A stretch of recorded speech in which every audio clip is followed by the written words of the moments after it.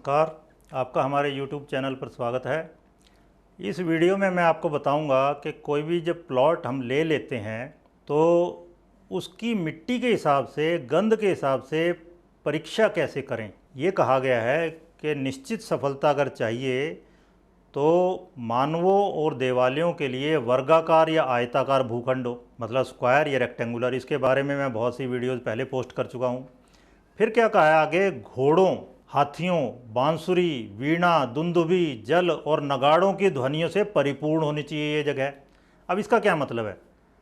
तो घोड़े, आजकल घोड़े कौन है? फास्ट बाइक, जो रेसर बाइक हैं। हाथी, हाथी कौन है? आपकी लग्जरी कार्स। बांसुरी, वीणा, दुंदुभी, ये क्या है? बहुत अच्छे म्यूजिकल इंस्ट्रूमेंट है, मतलब जहाँ पे अच्छी आवाज़ें आती हों, शुभ आवाज़ें आती हों। जल, मतलब पानी होना चाहिए वहाँ, जल की आवाज़ तो अपने आप में शुभ है।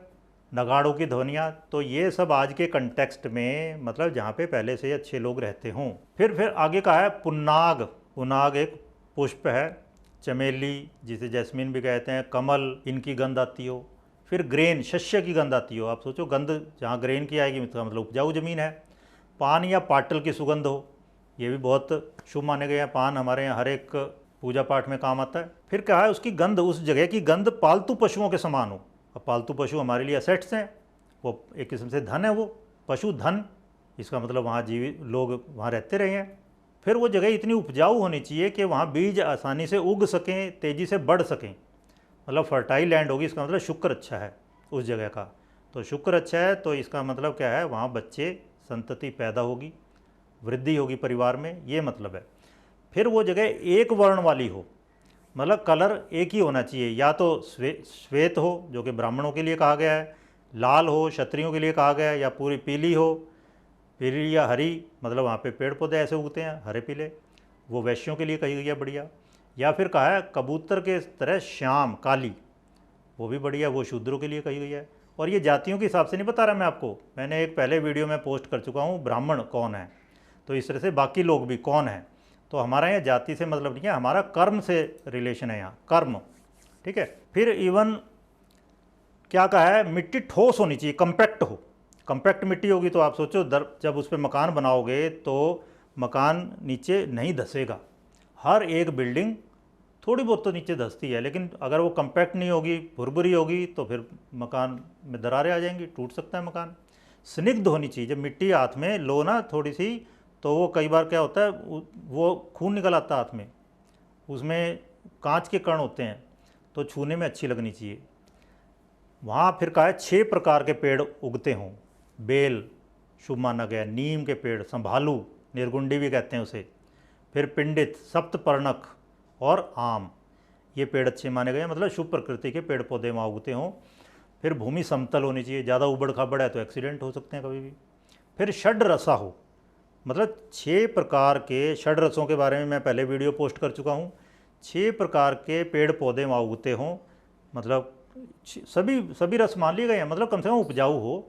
कटु, कड़वे, तिक्त तीखी चीज़ें, कषाय कसैली, लवण नमक वाली, क्षार सौर जिसे कहते हैं खट्टी, और मधुर मीठी, तो सब प्रकार की चीज़ें वहाँ उगती हो, क्योंकि हमें सब कुछ चाहिए। आयुर्वेद के हिसाब से 6 के 6 टेस्ट जरूरी हैं वात पित्त कफ वालों के लिए। फिर सुखद रंग वाली हो, गंध वाली हो, स्वाद वाली हो, मतलब रंग गंध स्वाद वहाँ का सुखद हो। अब स्वाद कोई मिट्टी तो चखेगा नहीं, मिट्टी खानी थोड़ा है, लेकिन उस मिट्टी में जो पैदा होती हैं चीज़ें, मान लो वहाँ गन्ना पैदा होता है तो इसका मतलब मीठी चीज़ें पैदा होती हैं वहाँ पे, मीठी स्वाद वाली ज़मीन हो गई वो। इसी तरह आम पैदा होते हैं, मीठी स्वाद वाली है। अब दिल्ली से आप हरिद्वार जाओ, रास्ते में इतना गन्ना उगता है, इतना आम होता है, तो ये सब ब्राह्मणी भूमि हो गई।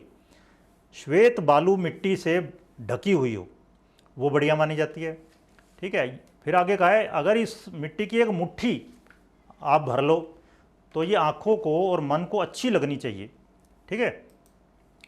फिर भूमि में क्या क्या ना हो, भूमि इन सभी अशुभ वस्तुओं से मुक्त होनी चाहिए। क्या क्या, ठीकरे, कंकर, कीड़े मकोड़े ना हो, दीमके ना हो। आप समझ सकते हैं दीमके, साउथ दिल्ली में इतना बुरा हाल है, मैं कई जगह वास्तु विजिट के लिए गया हूँ, वास्तु कंसल्टेंसी के लिए, दीमकों ने खा रखा है, दूसरी तीसरी मंजिल तक दीमके लगी हुई हैं।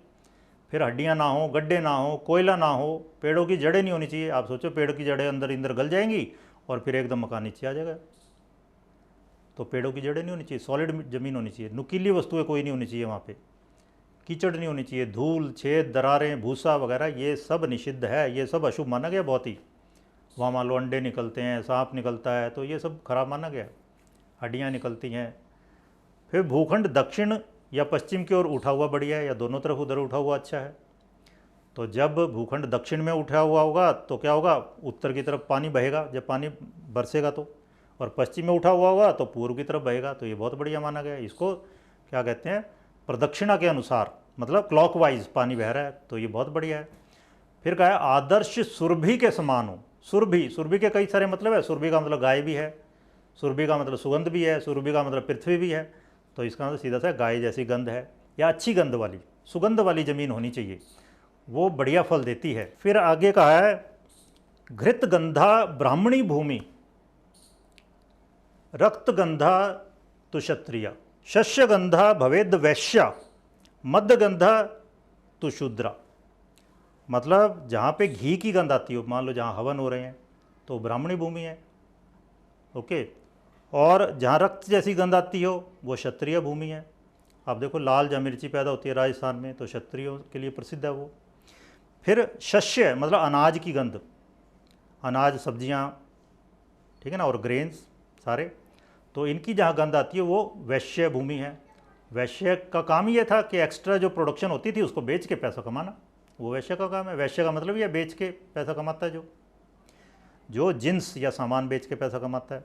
और फिर क्या है मध्यगंधा, मध्यगंधा की जगह विष्टागंधा भी आता है कई जगह वर्ड, मध्यगंधा तो शूद्रा, तो शूद्र मतलब लोअर टाइप की, वो वहाँ पे क्या है शराब जैसी या मल की गंध आती हो, मल मूत्र की गंध आती हो। अब आप देखो मान लो ये सारी इतनी झुग्गी झोपड़ी एरिया है, कितनी बुरी बदबू है, और वहाँ 2 नंबर के काम सबसे ज़्यादा होते हैं। दिल्ली में मैं देखा IPS ऑफिसर तक ट्रांस यमुना एरिया में पोस्टिंग कराने के लिए तैयार नहीं है, मौजपुर एरिया है और दूसरे एरिया में। तो जो झुग्गी बस्तियां हैं उनमें जो इलीगल एक्टिविटी, अनएथिकल एक्टिविटी होने के चांस ज़्यादा हैं, क्योंकि वहाँ की जलवायु ऐसी है, वहाँ की मिट्टी ऐसी है, सारी मिट्टी आप देखो सड़ी पड़ी है, काली हुई पड़ी है। और क्या बताया, वो स्थान त्याग देना चाहिए यदि ये बीच से दबा हो, बीच में से अगर दबा पानी इकट्ठा हो जाएगा। आपको पता है दिल्ली में पुराने सारे गांव हैं, नरेला है, रोहिणी में ये रिठाला है, इवन जो नई दिल्ली भी बसाई अंग्रेजों ने, जो राष्ट्रपति भवन बना, सब टीलों पे है, ये सब टीलों पे है कि पानी ऊपर से नीचे बह जाए फटाक से। तो बीच में से दबा हुआ है वो शुभ नहीं है। अगर किसी पक्षी के आकार का हो, मृदंग या मछली के आकार का हो, वो भी अशुभ है। चारों कोनों पे 4 बड़े पेड़ हैं, वो भी अशुभ है। ऐसी जगह संन्यास आश्रम के लिए बढ़िया है, सन्यासियों के लिए, गृहस्थ के लिए बढ़िया नहीं होते।